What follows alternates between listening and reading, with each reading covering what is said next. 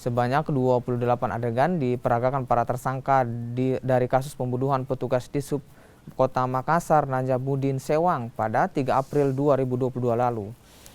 Rekonstruksi dilakukan selama 2 hari dan digelar di 8 lokasi, diantaranya di Jalan Danau Tanjung Bunga dan Jalan Tanggul Patompo Makassar. Kepolisian Makassar menyebutkan tidak ada fakta baru yang ditemukan dalam rekonstruksi ini, sementara motif pembunuhan didasari cinta segitiga. Untuk melenyapkan korban, otak pelaku yakni Iqbal Isnan meminta 4 rekannya yakni 2 orang polisi dan 2 mantan petugas Dishub Makassar. Tersangka menjanjikan 200 juta rupiah pada rekannya dan baru terbayar 90 juta rupiah. Jumlah ini di luar dari biaya operasional sebesar 20 juta rupiah. Ada 28 adegan yang akan kita laksanakan dan sudah kita laksanakan. Itu berlangsung di lokasi mana saja? Berapa titik saja? Ada berapa titik?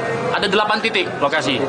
Di TKP penembakan ada 4 adegan, di mana tersangka memepet korban, tersangka melakukan penembakan, korban jatuh setelah ditembak, dan tersangka memastikan korban meninggal dan melarikan diri. Si pelaku ini dia mengikuti korban dari rumahnya atau ke tempat kerjanya baru melakukan eksekusi atau seperti itu? Mengikuti dari tempat kerjanya.